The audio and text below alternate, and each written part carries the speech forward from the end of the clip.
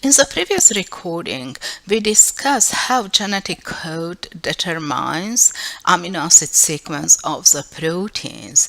Now we will focus on defining a codon. What is codon? We know currently that one amino acid is encoded by 3 consecutive nucleotides in mRNA. And this was the first question upon recognition that DNA is a genetic material and that gene encode for protein. So the first question was, how many nucleotides do we need to encode one amino acid? We know, and most field agreed at the beginning of this search of this quest that we need at least 3 different nucleotides. Why it is? Why we cannot have two? We know that nucleotides within mRNA can have one of the 4 bases, either adenine, uracil, cytosine, or guanine. Now, let's say if only 2 of them forms a genetic code, so you can select 2 out of 4, so the possible number of combination is 42, which gives you 16. And we know we have 20 amino acid, so 16 is not sufficient. However, if you have genetic codes where the codon is made by 3 nucleotides, you have 4 to 3, 64 possible combinations, and that correspond to 64 codons which we know exist. Out of these 64 codons, only 61 encode amino acids, and we call the 61 sense codons. Remaining 3 codons are stop codons, which define end of the protein synthesis. Now, in the following slides, we will talk about what genetic code is and how it is characterized. However, first I want to discuss a little bit how can you break the genetic code. What we will do today, of course, you will in vitro synthesize polypeptides and sequence polypeptides, do protein synthesis and analyze sequence of polypeptide and analyze sequence of RNA, and you will see which code actually encode for which amino acid. But when the genetic code was broken, this was not possible. That's why at the times they use homopolymers, random copolymers, which actually define which nucleotide were with which bases were in the codon, but neither of this method could define the position sequence of this nucleotide at which positions they were. That was possible only after use of ribosome bind tRNAs. We will not go into much detail. Let's rather discuss codon. So once the genetic code was broken, it showed that the genetic code is universal or almost universal. There are some exceptions to the coding, and that it is degenerate. What does it mean? Degenerate means that one amino acid may be specified by more than one codon. And basically it does make sense, because if you see, we have 61 sense codons, but we only have 20 amino acids. So obviously there is much more codons than there are amino acids. So the codons which specifies the same amino acid are called synonymous codons. So here you can see all codons, all 64 codons, 61 sense and 3 stop codons. You have stop codons right here in the red, UAA, UAG, and UGA. Codons in this table are written 5 to 3 prime in a way they appear in the mRNA. So how do you define which amino acid is encoded by which codon. Let's write AUG. We know that this is a start codon. So how do you find amino acids? So first you look on first nucleotide which possess adenine. So you look for first base on the left side. So you see it would be somewhere where adenine is. So basically it would be in this region. Second is U. So second base you search on the top and you see U is here. So basically now it breaks it down to just this region. And third one, G, you look on the right side and you see within this area which we mark, G is only on the bottom. So basically that's how you find your amino acid. We can do it again with different codon. Let's say we will do codon CCU. So first let's look on cytosine base. So in left part cytosine is here, so it must be somewhere in this region. Second one is C, so on the top C is right here, so it will be right in this area. And third base is U, so you look on the right side and basically now you narrow it down to CCU right here and you see proline. So keep in mind codon written in the table are written as they appear 5 to 3 prime in the mRNA. So let's now go back to math, to counting. We know that we have 61 sense codons. So we have 61 sense codons. We have 20 different amino acids. So we know that we have synonymous codons for one amino acid. Now, we know that amino acid is brought to ribosome to mRNA by particular tRNAs, so we need to have at least 20 different tRNA. Now, as a matter of fact, cell possess anywhere between 30 to 50 tRNA depending on cell type. So here we run in some discrepancies again. What does this mean? If we have 30 to 50 tRNA and 20 amino acid, we must have at least some tRNAs, some different tRNAs that will accept the same amino acid. And we call this tRNA iso-accepting tRNAs.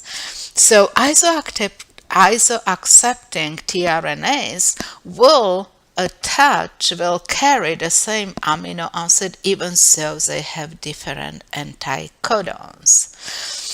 Now, another discrepancy we encounter, we know we have 61 codons, sense codon, but we have maximum 50 tRNAs.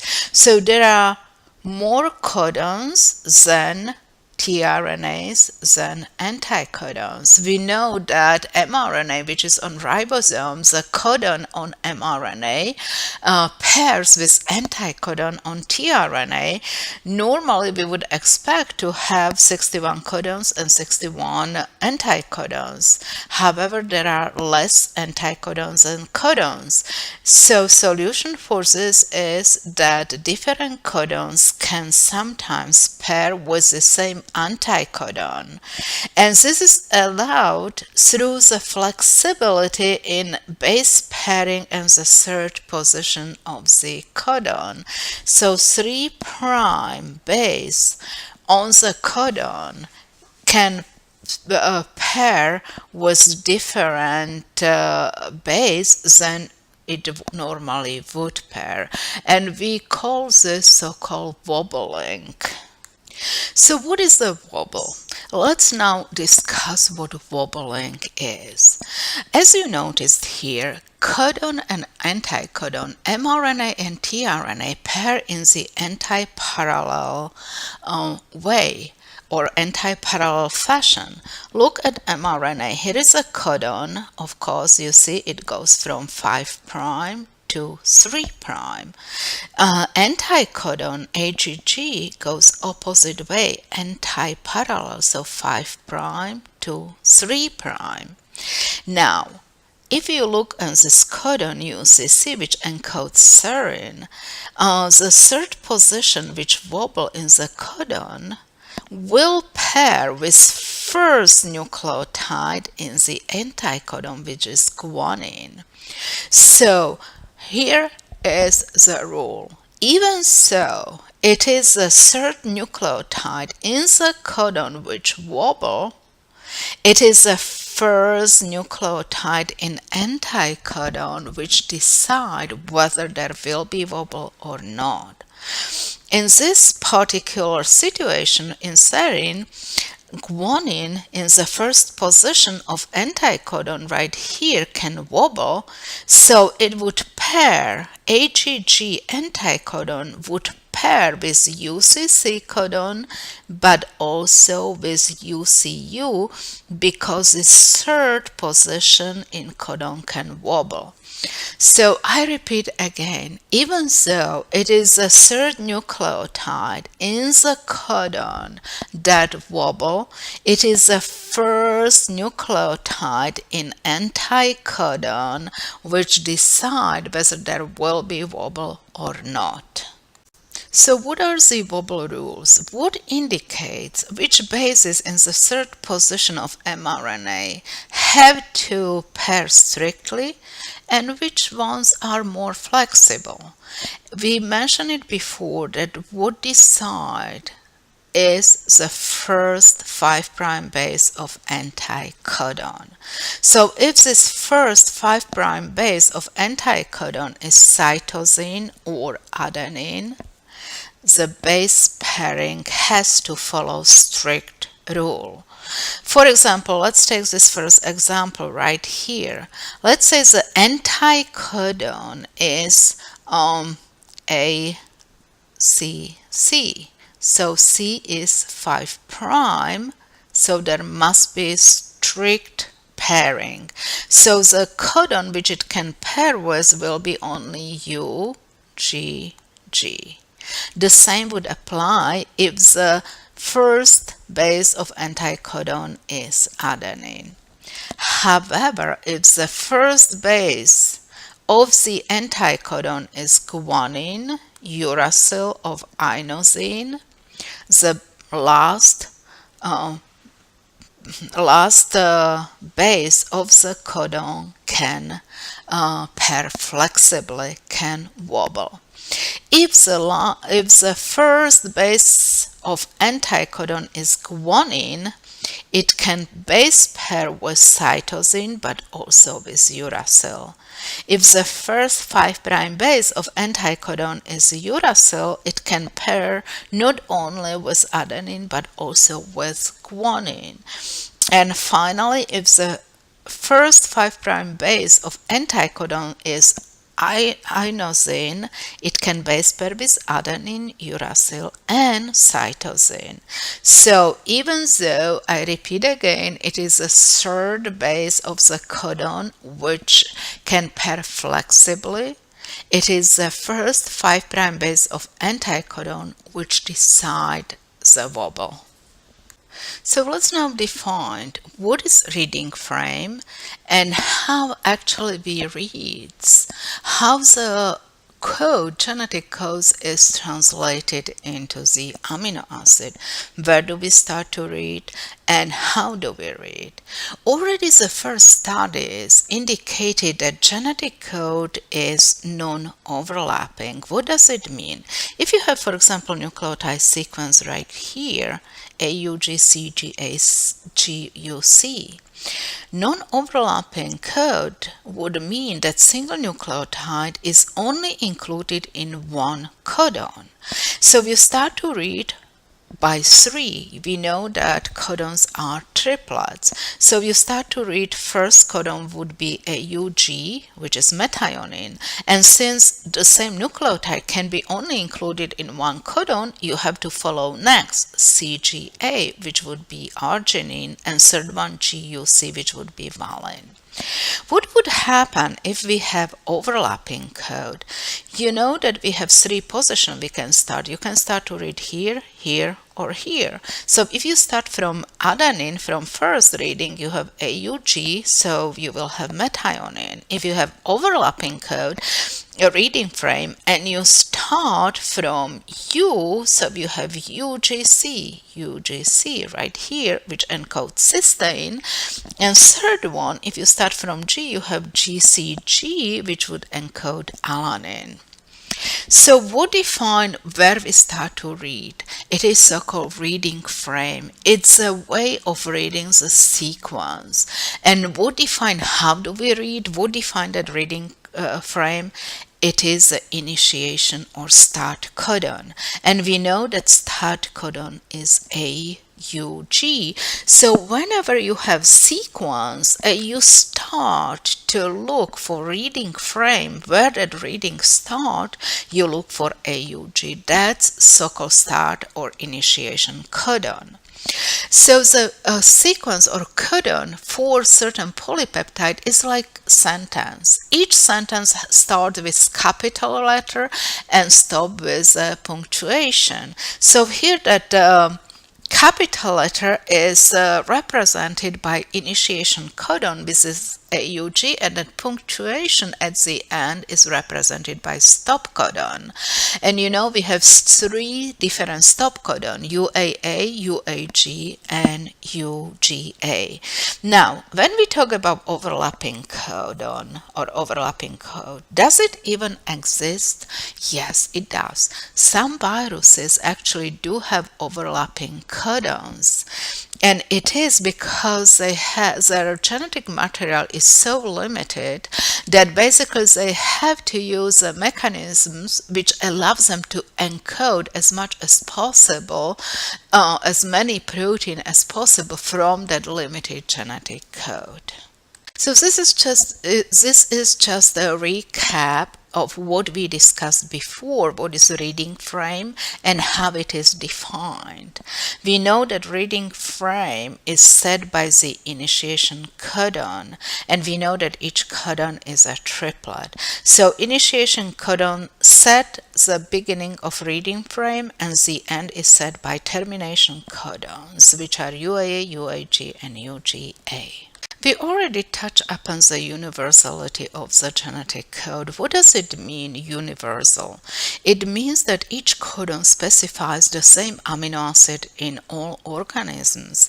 Let's say you take a codon, you find the same codon in the bacteria, in let's say dog, cats, human, and the same codon in all of these organisms encode the same amino acid. So the genetic code is universal or near universal, and it is because each rule has an exception. The same apply for genetic code. There are some exceptions from the universality of genetic codes, particularly in mitochondrial DNA, bacterial, and protozoans DNA. And these exceptions are listed in this table. And if you see, in most cases, not all, whether it is in bacteria or in mitochondrial DNA or in the nuclear DNA in protozoans, you see that stop codon can actually in this exception encode for a particular amino acid.